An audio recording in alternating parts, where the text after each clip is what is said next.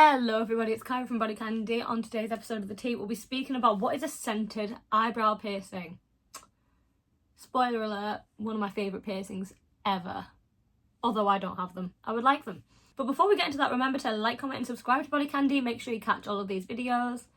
Let's go. So, eyebrow piercings have been around for ages and tend to be placed in the outermost corners of the eyebrows. But it doesn't have to be that same spot.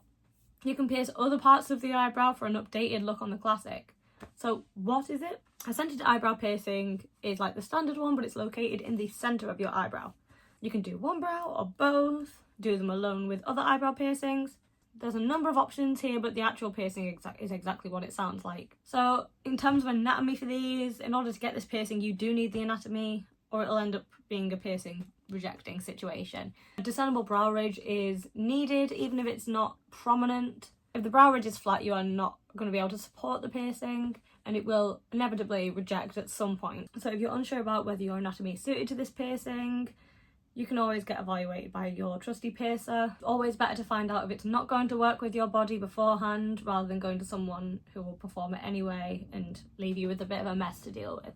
So in terms of jewellery, so like with any other eyebrow piercing, your initial jewellery will be a small curved barbell. It should be long enough to accommodate the initial swelling, so it may look a little bit too long once that passes, but your piercer will let you know when it's time to come back and downsize your jewellery. It is important that you do so because oversized jewellery tends to snag on things, and if that happens in the healing process, it's just going to make it 10 times longer. The selection of ends may be somewhat limited, but including ball ends, gem set ball ends, hemisphere ends. Shapes like cone ends, like what I've got on my nose, can be prone to snagging in the healing process.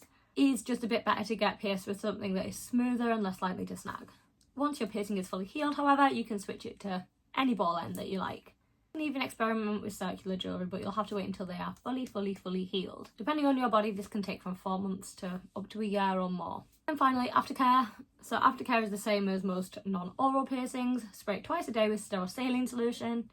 Rinse, pat dry with clean paper towel using very clean hands. It is important to remember that this is a surface piercing in the same sense that you want piercing through a discrete piece of tissue, like an earlobe or a navel. However, it's not a surface piercing in the same way that a piercing is done with a surface bar or dermal implants. All piercings, particularly surface piercings, centered eyebrows do run the risk of migration and rejection, and if this should happen, it is vital to remove the jewellery as early as possible to minimise any scarring. But other than that, the world is your oyster with these piercings. I love the look of a central eyebrow piercing. I think they are absolutely gorgeous. As you can tell by my piercing setup, I love symmetry a lot. Maybe consider them one day, I'm not sure yet. I'm not sure I've got the anatomy for it, but I'll have to ask my piercer. So if you did like this video, if this is a topic that interests you, please consider leaving a like and a comment. Let us know what you think. Also, please hit that subscribe button on BodyCandy. We'd love to see you back for the next episode, and I will see you then. Goodbye.